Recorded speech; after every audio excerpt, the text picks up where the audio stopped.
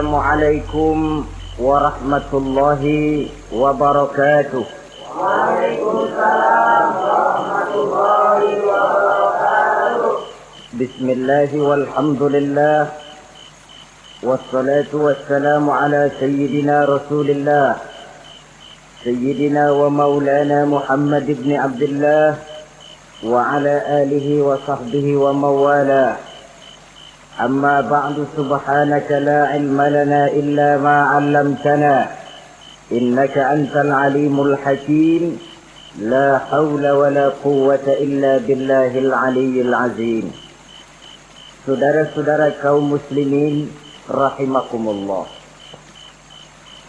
Ada 3 perintah Allah yang berangkai dalam Al-Quran, yang menurut para ulama tidak diterima yang satu apabila yang lain tidak dikerjakan. Di antaranya ayat aqimus shalah wa atuz zakah. Yang kedua ati'ullaha wa ati'ur rasulah. Dan yang ketiga ayat anishkurli wali walidayka. Perintah ini merupakan perintah yang berangkai. Aqimus shalah wa atuz zakah.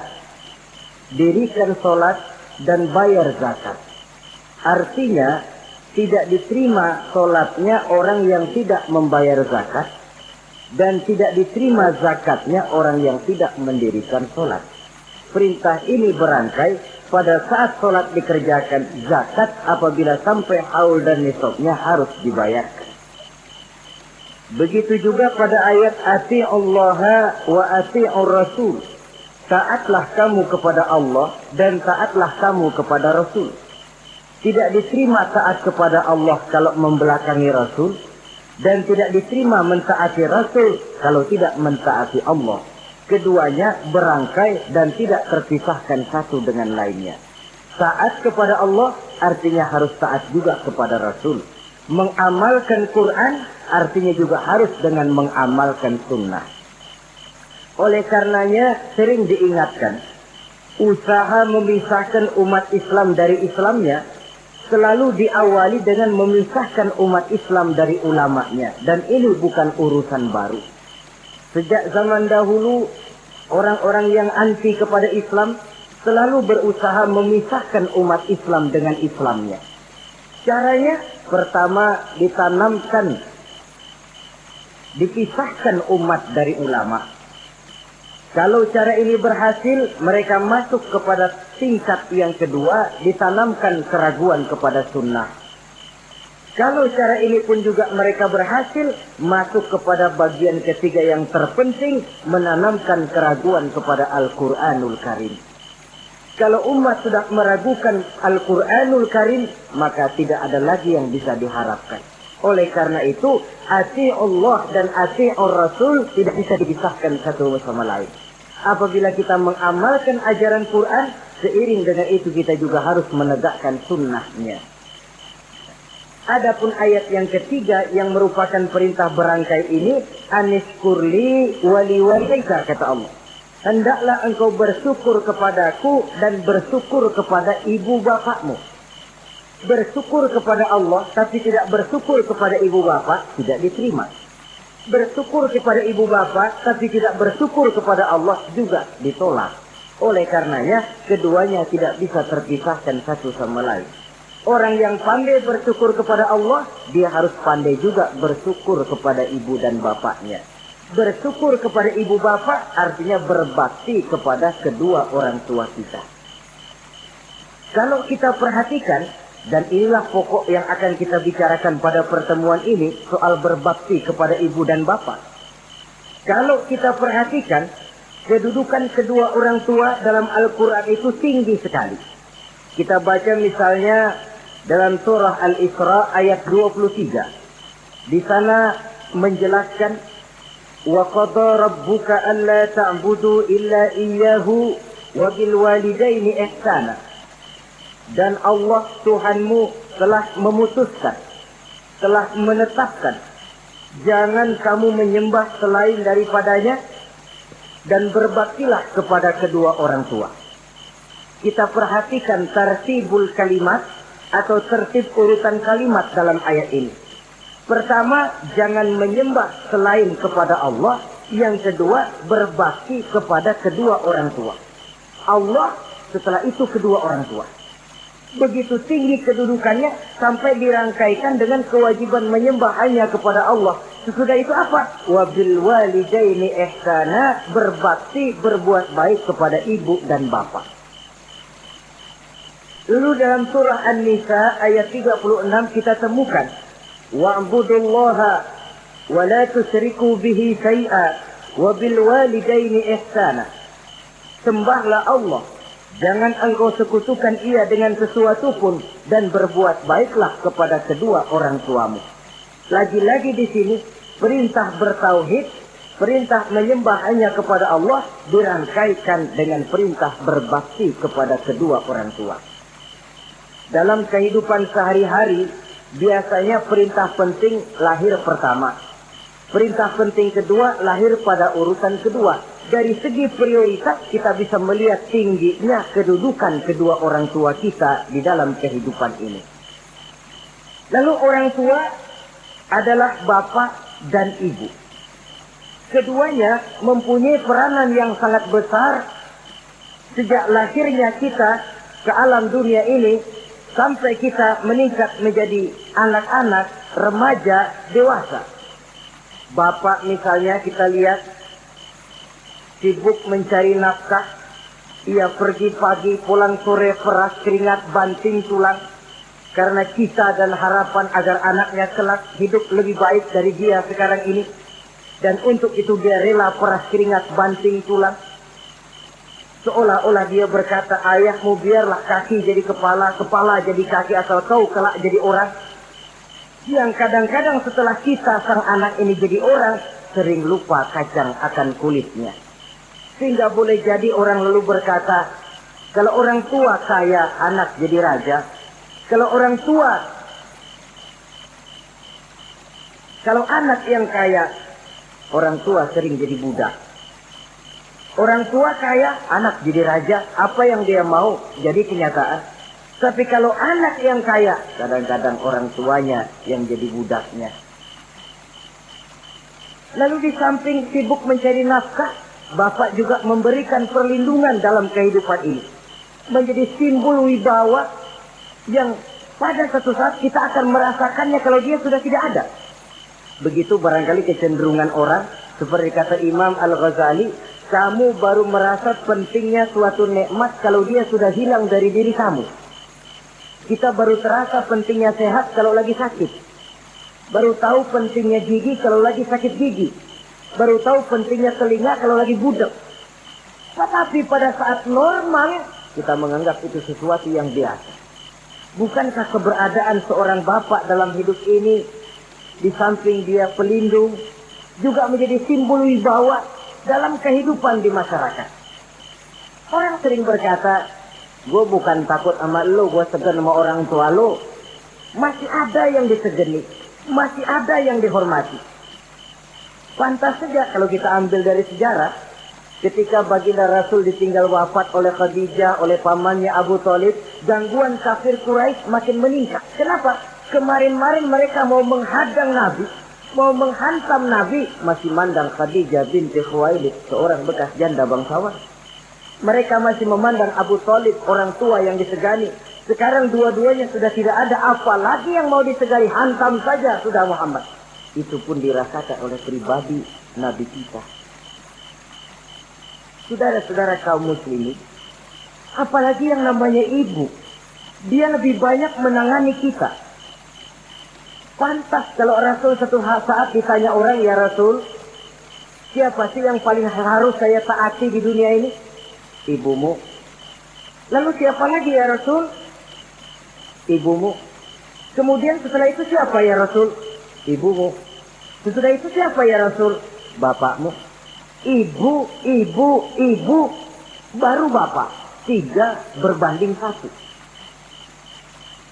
Kenapa harus begitu? Kita lihat. Pertama yang namanya ibu, sejak proses kehamilannya sudah istilah Quran hamalathu wahnan ala wahnin.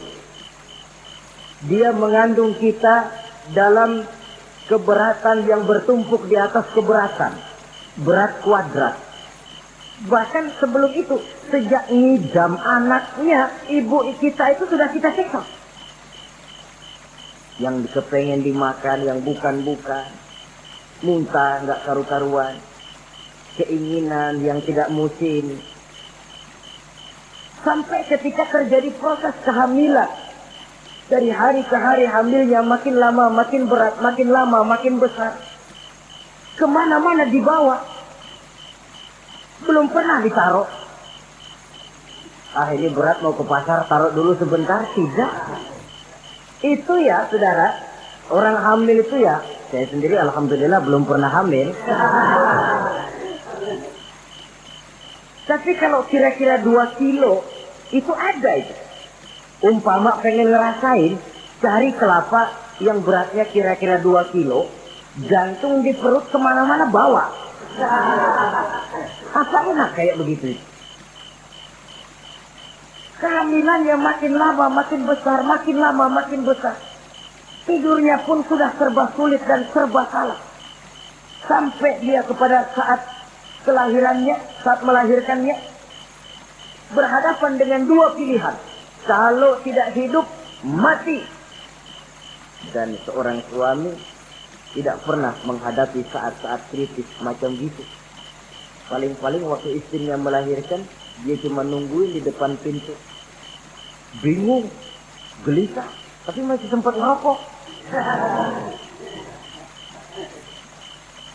Si istri sudah pasrah berhadapan dengan kalau tidak hidup, mati.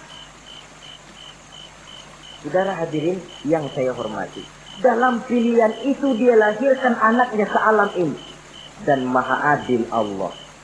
Andai kata pun seorang perempuan salah dalam perjuangan ketika melahirkan anaknya, dia meninggal, dia mendapat pahala seperti orang yang mati syahid. Sebab orang mati syahid itu ada 3 macam.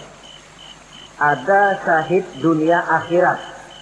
Ini orang yang pergi perang membela agama, niatnya karena Allah, dia gugur di medan perang, syahid dunia akhirat. Tidak usah dimandikan, dikafankan, disolatkan, dikubur dengan pakaian yang dia pakai, yang berlumur darah itu. Yang kedua, ada orang mendapat syahid akhirat. Artinya, mendapat pahala seperti pahalanya orang yang mati syahid. Tetapi jenazahnya tetap wajib diurus seperti biasa. Dimandikan, dikafankan, disolatkan. Hanya pahalanya seperti pahala orang mati syahid. Siapa mereka? Al-Gharik. Orang yang mati tenggelam. Kelelep di kali. Itu mati syahid. Syahid akhirat. Apalagi sahibul hadmi. Orang yang tertimpa benda keras secara mendadak. Mati syahid. Syahid akhirat. Di dunianya tetap wajib diurus seperti biasa. Saudara lagi jalan enak-enak ketiban batu 2 ton. Mati mendapat pahala syahid akhirat, tapi jangan diniatin. Kalau diniatin, saya mah pilih kelelep aja dah. Lalu nyebur ke kali, mati syahid, tidak. Konyol malah itu, bunuh diri namanya. Nah, di antaranya yang mati syahid itu perempuan yang meninggal pada saat melahirkan anaknya. Tapi masalah kita dalam pilihan antara hidup dan mati, dia lahirkan anaknya ke alam ini. Lalu proses mengasuh dan membesarkan lebih banyak sang ibu ketimbang sang bapak. Tengah malam, bapaknya sudah asik tidur lelap. Si ibu masih saja berkutat dengan anak bayinya. Dibungkusnya pakaian, si anak pun pipis digantinya itu. Setelah itu dijaganya juga dari gigitan nyamuk. Sehingga pepatah bilang kasih ibu sepanjang jalan, kasih anak sepanjang galah. Ini berarti bahwa bagaimanapun upaya hendak menebus jasa daripada ibu, memang sulit untuk tersebut. Oleh karenanya saudara-saudara, pantas saja kalau Nabi sampai 3 kali ibumu, ibumu, ibumu, setelah itu bapakmu.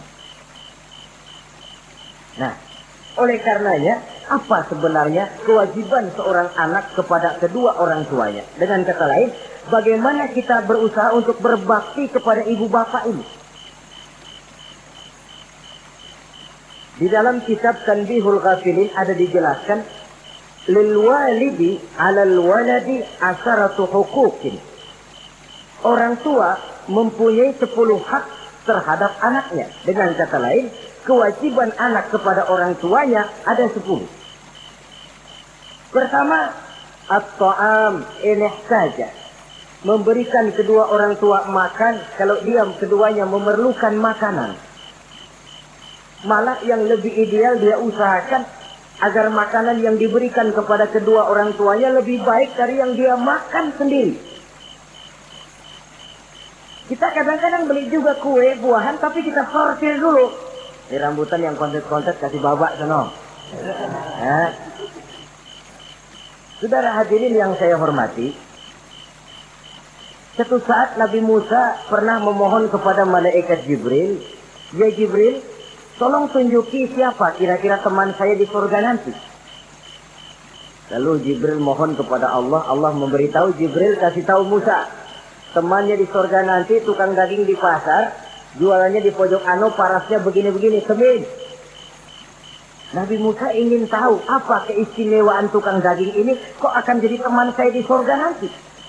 Dia samperin, "Assalamualaikum." "Waalaikumsalam." Lalu kenalan. Setelah datang waktu pulang, Nabi Musa ikut ke rumah tukang daging ini. Diambil daging. Sampai di rumahnya, itu daging dia rebus. Dia rebus, matang, dia hidangkan kepada ibunya yang sudah tua renta. Disuapinnya ibunya. "Tiap hari kamu kerjakan ini?" "Tiap hari," kata si anak tadi. "Saya beri makan kedua orang tua ibu saya yang sudah tua renta itu." Si ibu setelah disuapin oleh anaknya berdoa, "Allahumma ja'al ibni jalisa Musa fil jannah." Ya Allah, jadikanlah anak saya ini teman Nabi Musa di surga nanti. Amalan si anak cuma nyuapi ibunya, tapi doa ibunya itu yang dijawab dan diterima oleh Allah. Si ibu berdoa, "Ya Allah, anak saya ini jadikan teman Nabi Musa di surga nanti." Allah kabulkan doa ibu yang tiap hari disuapi diberikan makan oleh anaknya. Jadi taruhlah kita sebagai anak ini, ibadah kita barangkali menyebabkan doa kita belum begitu diterima oleh Allah. Permohonan kita barangkali masih nyangkut di langit. Tapi kalau kita bisa menyenangkan hati ibu bapak kita yang mendoakan kita, insya Allah makbul. Sebab orang tua itu doanya makbul, sumpahnya juga manjur. Kalau ibu sudah berkata, "Nak, air mata yang tertumpah terurai untuk mengasuh dan membesarkanmu, nak.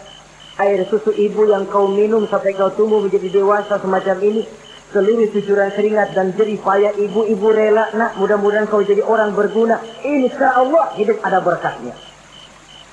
Tapi kalau hati orang tua sudah masghul, apalagi sampai keluar sumpahnya, banyak legenda-legenda, entah itu yang namanya si Malin Kundang, anak durhako, entah itu riwayat-riwayat lain yang menjelaskan bahwa tidak ada keberkahan yang bisa tegak tanpa doa dari ibu dan bapak.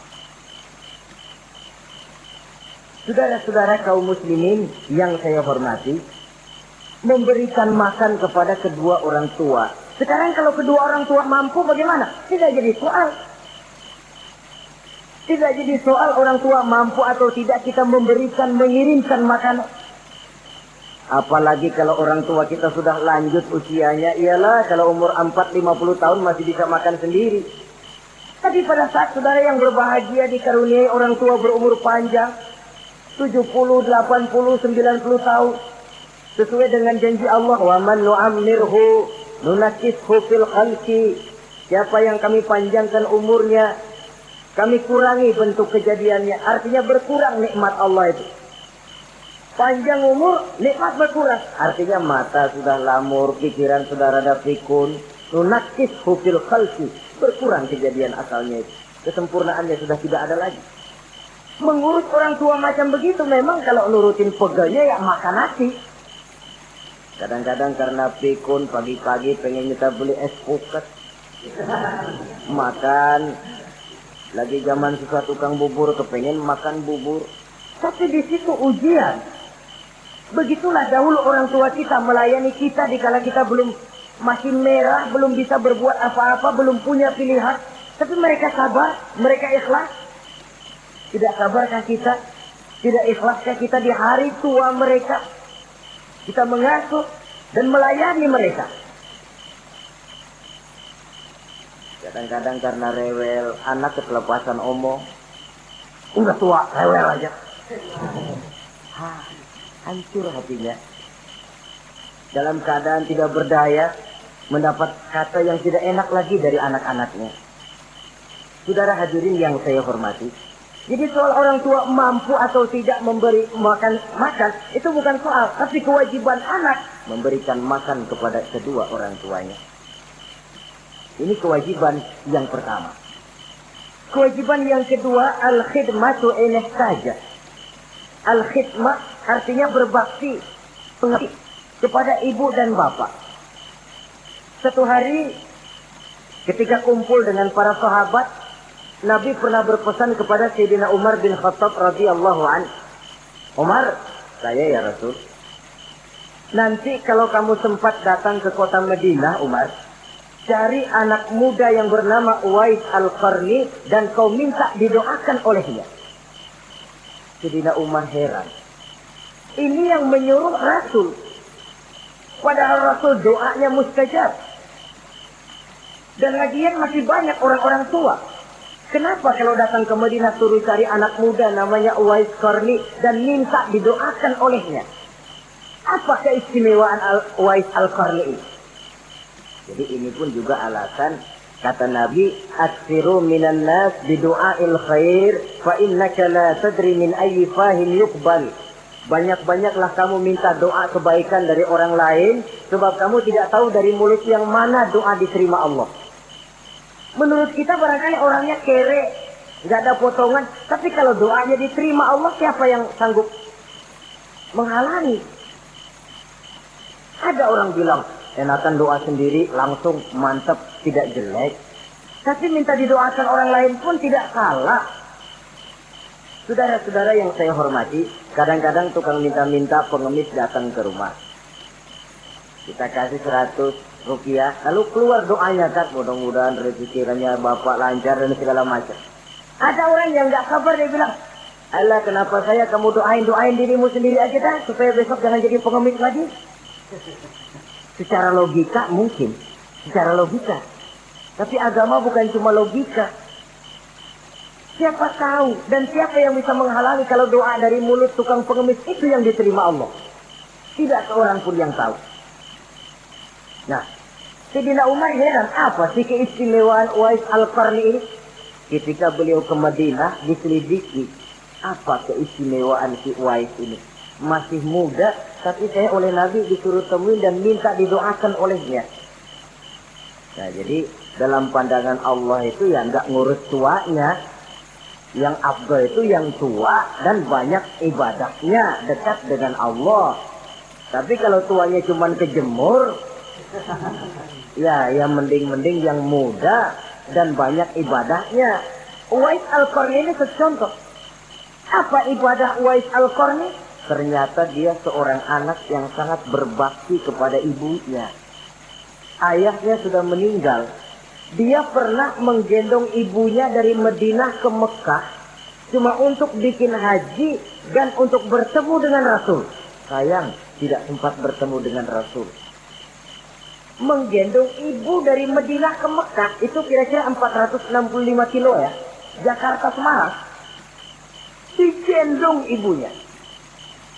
Kita kadang-kadang ibu kita ini sudah sakit payah. Mau ke dokter saja.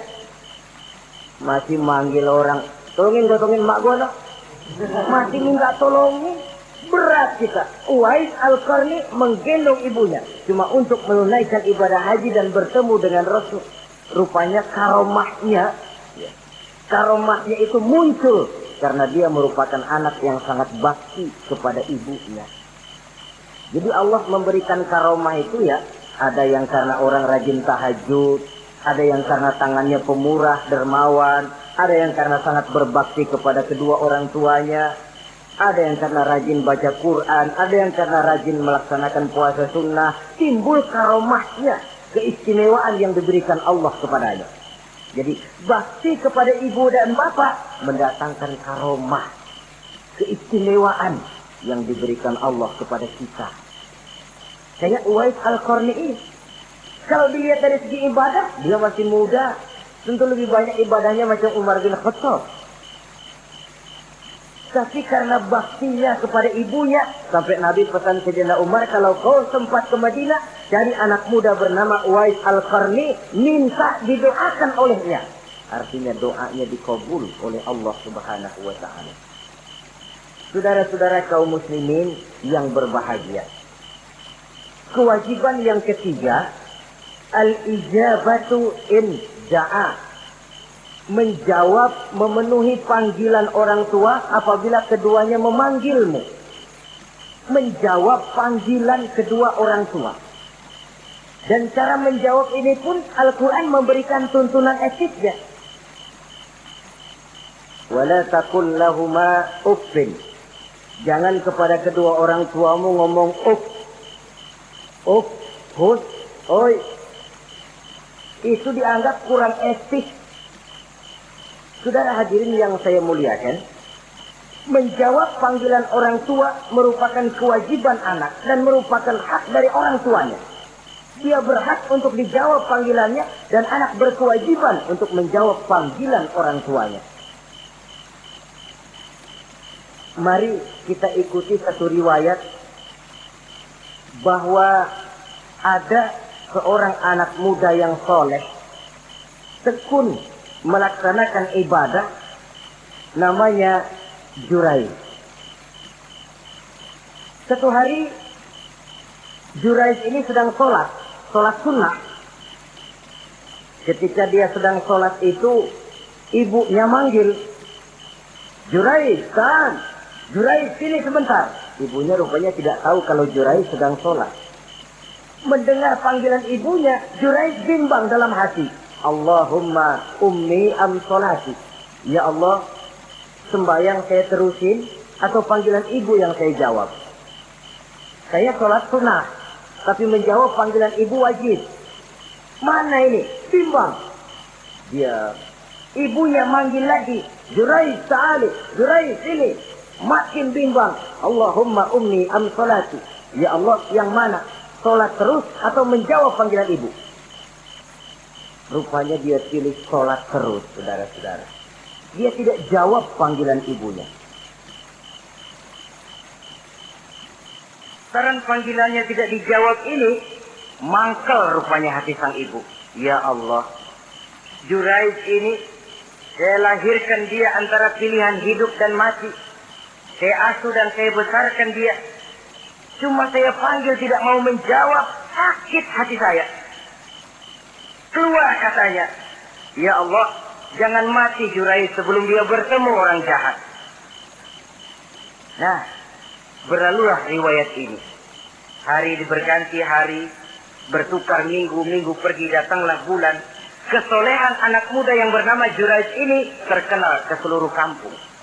Dan biasa, kalau ada orang yang soleh, apalagi dia masih muda, yang usil banyak. Dan yang usil ini selalu berusaha mencari jalan bagaimana menghancurkan Jurais ini. Saudara hadirin yang saya hormati, akhirnya mereka begini aja. Jurais kan masih muda, kita goda pakai harta. Tidak mungkin. Jurais itu bukan orang yang mata duitan, dia tidak akan luluh oleh harta. Kita tawarkan kedudukan, juga tidak bisa. Begini saja. Dia kan masih muda tuh. Iya. Umpanin perempuan aja dah. Kirim cewek yang agak kece.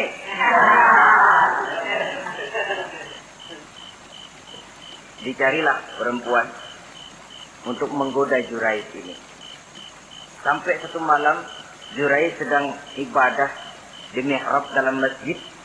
Masuk perempuan ini dengan langkah gemulai, dengan suara merdu mendayu-dayu, mencoba merayu, membujuk, memperdaya, mempesona Jurais. Tapi nggak kena. Sejak dari berpakaian lengkap si perempuan ini, sampai bahasa Arabnya Uryanun Talik, tanpa sehelai benang pun lagi lekat di badannya. Menggoda Jurais, memegang Jurais, muter-muter di depan Jurais, tanpa selembar benang pun lekat di badannya.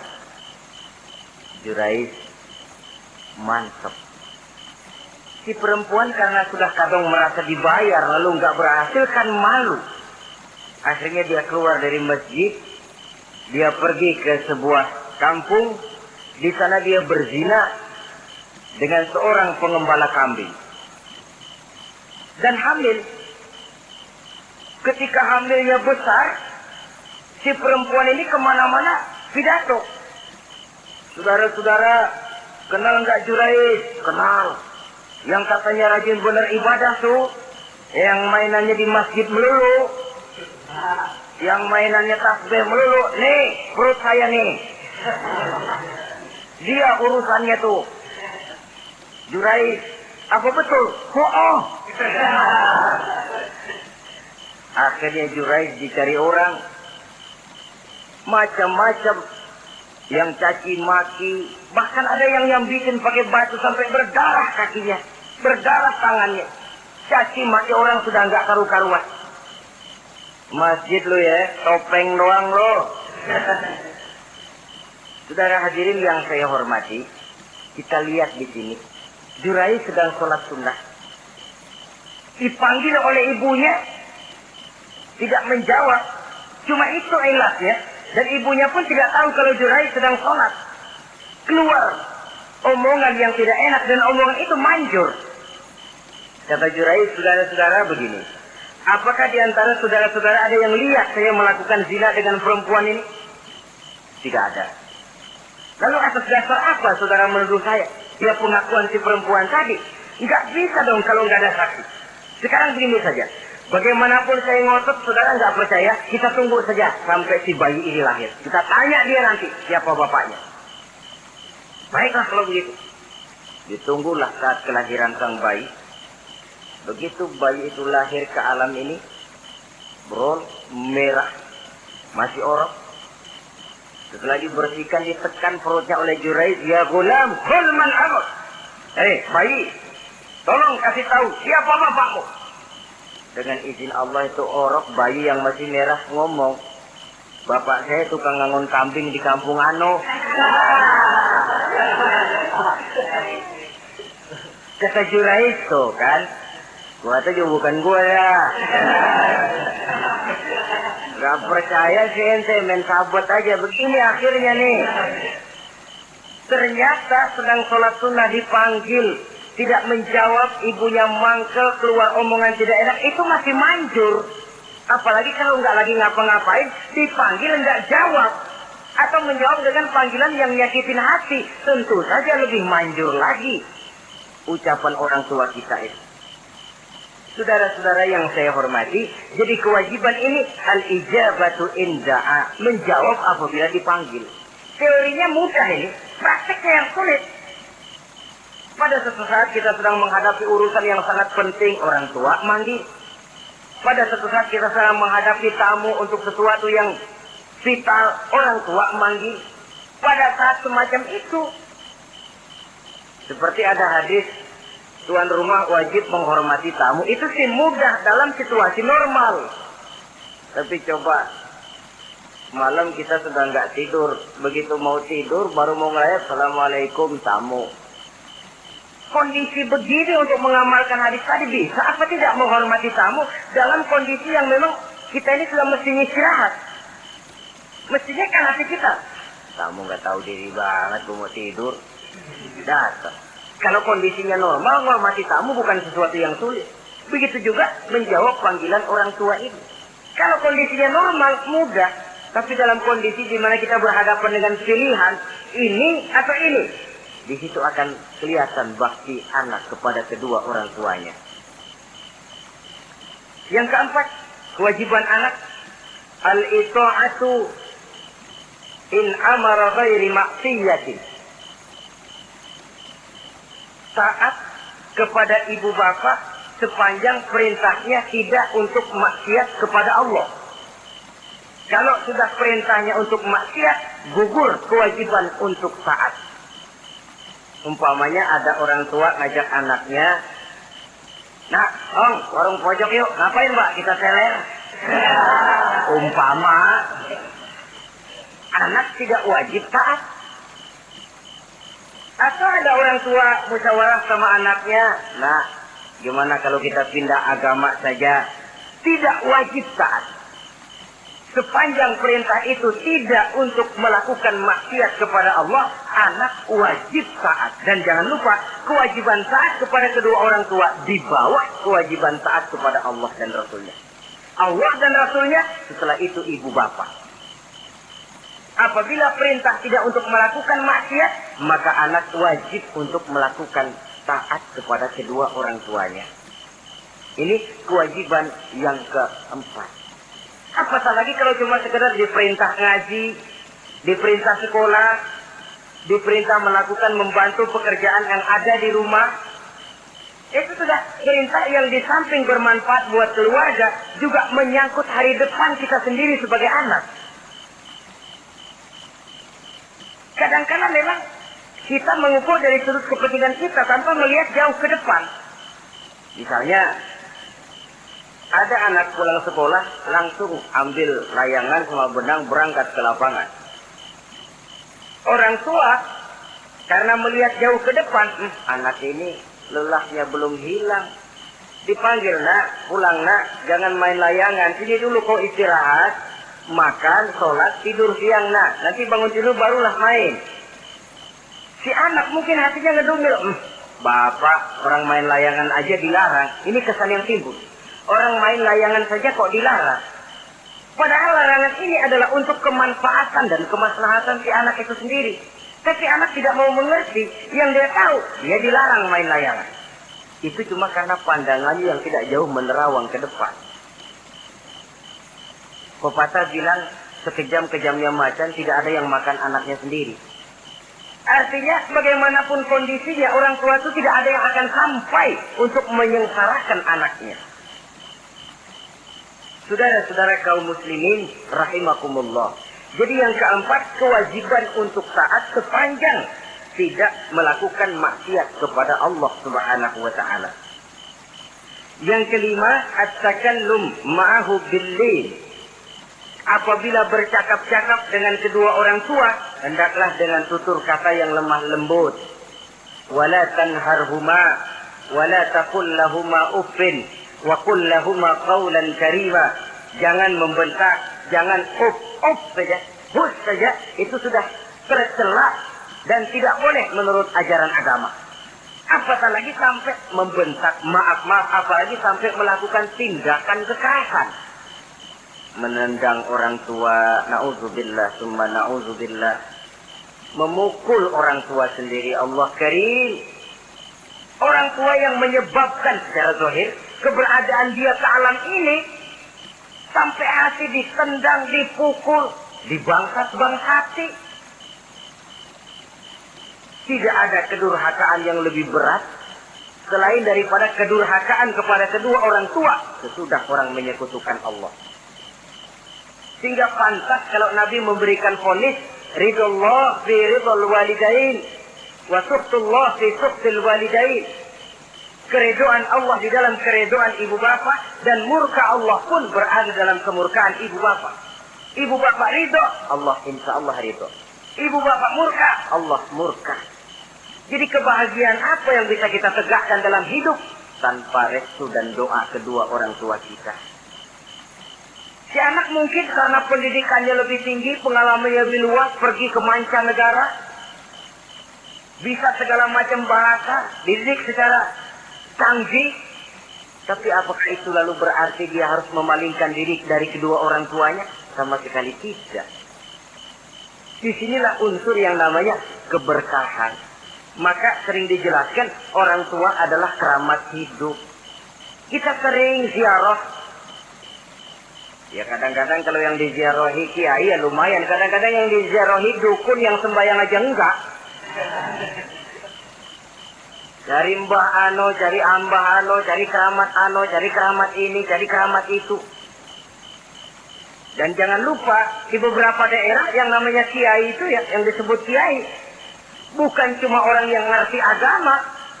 Ya kalau saudara ke keraton Jogja malah segala gerobak namanya kiai. Iya toh, kereta kencana itu. Degung namanya kiai. Lalu jangan lupa itu. Misi Zending pertama namanya juga Kiai Sadrak gitu. Kiai, tapi misi Zending. Kalau di sana itu kiai itu panggilan untuk yang dipertua. Kita ziarah cari keramat Mbah Buyut, Mbah Sapu Jagat, Mbah Brojo, macam-macam Mbah. Tapi kita lupa di rumah kita ada keramat hidup. Siapa itu? Ibu bapak kita. Sebelum jauh-jauhlah berziarah ke tempat-tempat yang lain, di rumahku ada keramat yang hidup. Ibu dan bapak kita sendiri. Keramat hidup. Dengan doanya, hidup jadi berkah. Tapi kalau kita sakiti hatinya, hidup ini lalu jadi sempit, jalan bagai tertutup. Maka berbahagialah seorang anak apabila dia sudah sanggup melakukan satu bakti yang bisa menyenangkan hati kedua orang tuanya. Bercakap-cakap, berbicara dengan lemah lembut. Kadang-kadang di sebagian daerah ya sudah jadi kebiasaan. Manggil orang tuanya pakai elu aja. Bapaknya dianggap CS. Salaman juga main kedet aja. Halo be. Di samtu bapaknya nggak boleh meleng, main buat aja.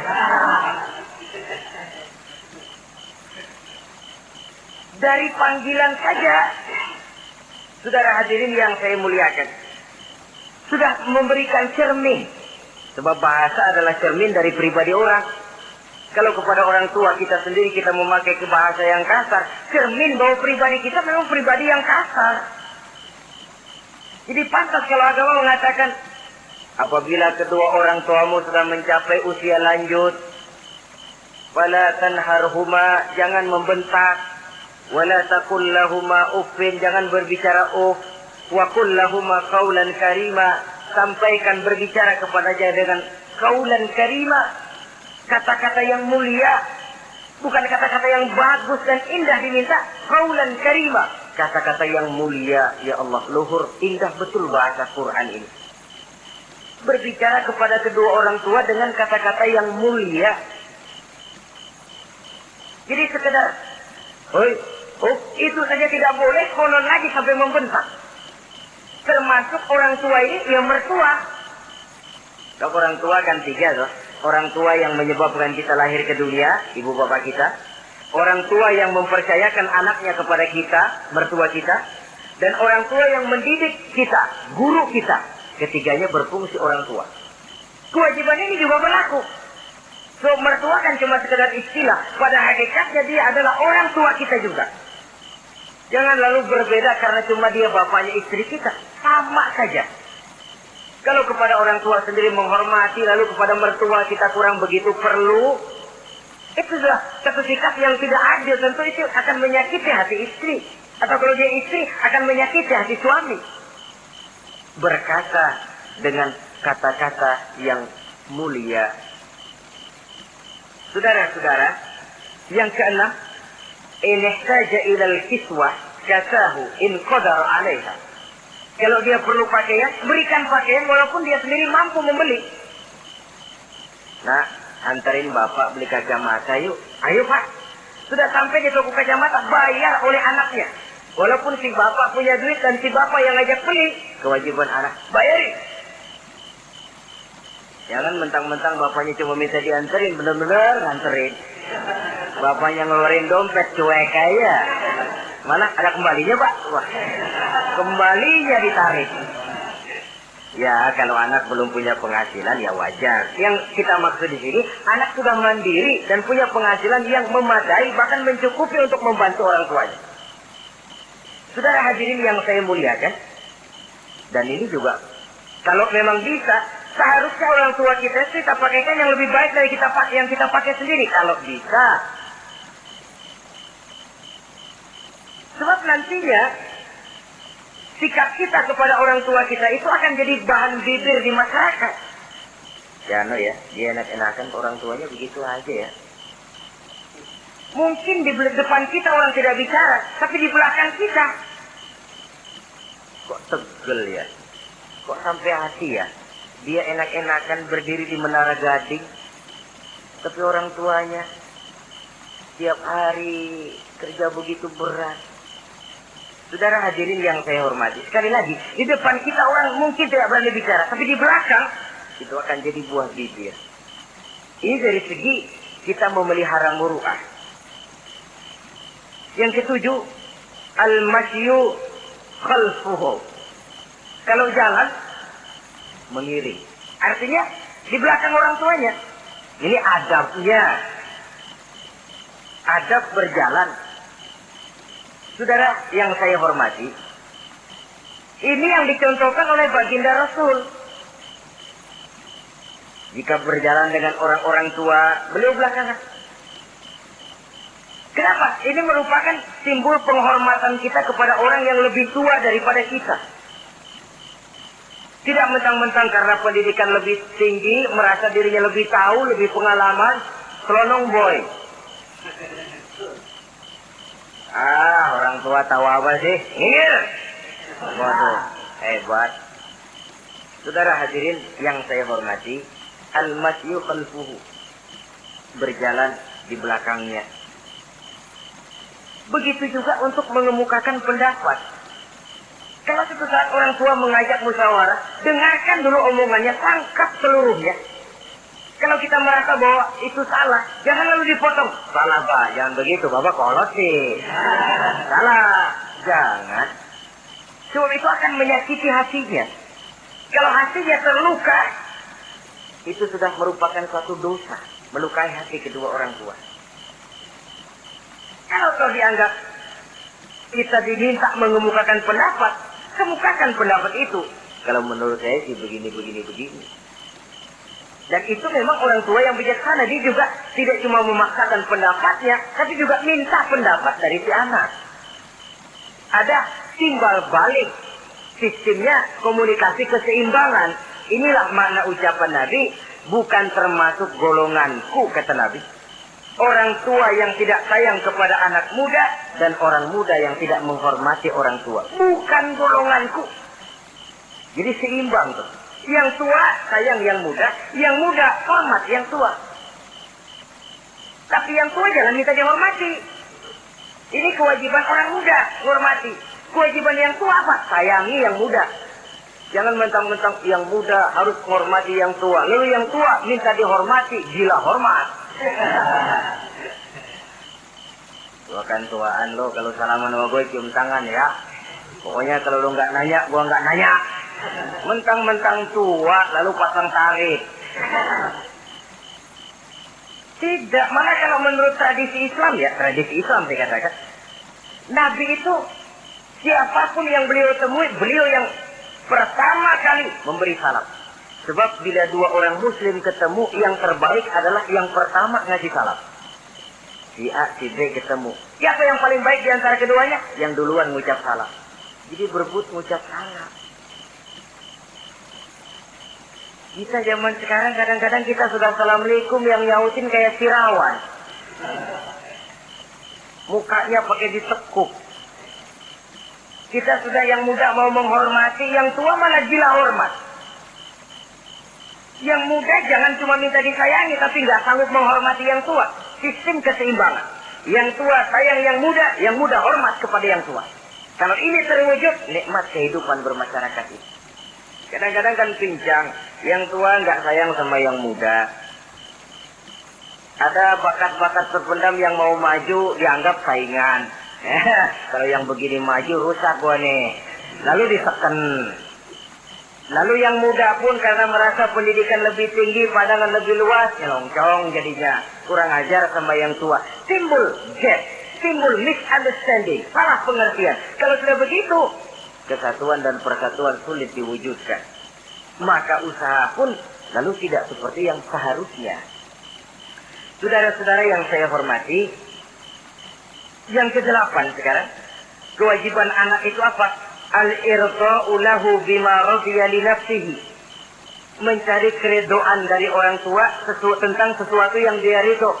Artinya, orang tua kita senang apa? Kita berusaha senang itu. Mengukur orang tua itu dengan diri. Ukurannya diri. Yang orang tua kita senang, kita berupaya senang. Orang tua kita senang ngaji, berusaha kita untuk senang hadir di majelis taklim. Orang tua kita senang baca Quran, kita juga berupaya senang baca Quran. Sebab yang paling membesarkan hati orang tua sesungguhnya tidak lain kalau dia melihat anaknya ini sesuai dengan yang dia harapkan. Oh, kalau sudah begitu orang tua itu cucuran keringatnya, peras keringat banting tulangnya, jibakunya, rasanya hilang capeknya. Kebahagiaan orang tua tidak cuma kalau anaknya jadi kaya lalu mengantarkan makan, minum, buahan, peralatan yang serba lengkap, tidak. Lebih dari sekedar itu orang tua berharap dia bisa menerima pensiunan pahala dari meninggalkan anak yang soleh. Alangkah indahnya jika orang tuanya nanti wafat meninggalkan alam ini, anak-anaknya mengurung bumi di sekelilingnya, memimpin orang tuanya membacakan syahadat, anak-anaknya juga yang memandikan, anak-anaknya yang menyolatkan, anak-anaknya yang menurunkan dia ke liang lahat, anaknya yang mendoakan. Alangkah nikmatnya orang tua macam itu. Tapi kan langka. Di samping karena memang orang tua kurang mengarahkan, anak pun kurang perhatian ke arah itu. Begitu bapaknya mati, ambil mana ambil, suruh mandiin. Akan lebih baik kalau anaknya yang mandi. Tangga panggil sembayangi, anaknya malah nonton dari jauh, nggak ikut sembayangin, mau kok tegel. Kenapa nggak ikut sembayangin? Ya nggak bisa sembayangin. Ya kalau macam Abu Nuwas dulu nggak bisa, masih ada akal. Ikut sembayang jenazah. Dia nggak tahu kalau sembahyang jenazah itu cuma diri, nggak pakai ruku, nggak pakai sujud. Imam takbir dia takbir, begitu takbir kedua dia kira ruku dia. Habis takbir lagi sujud. Orang-orang nggak ada yang sujud, bingung. Selesai ditanya dia, Abu Nawas kenapa tadi pakai sujud? Dia bilang ini mayit dosanya kebanyakan.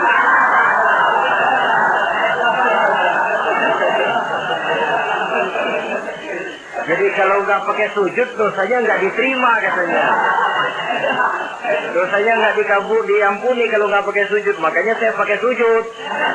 Itu sih akal-akalan. Jawaban orang kepepet namanya. Saudara hadirin yang saya hormati, baiklah ya. Yang ke-9, al-ikrahu lahu bima yakrahu li nafsihi. Membenci apa yang dibenci oleh orang tuanya.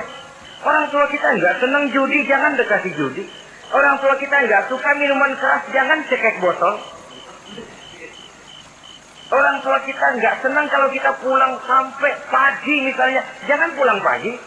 Orang tua kita nggak senang kita hanyut dalam arus pergaulan bebas, batasi pergaulan untuk menjaga hatinya.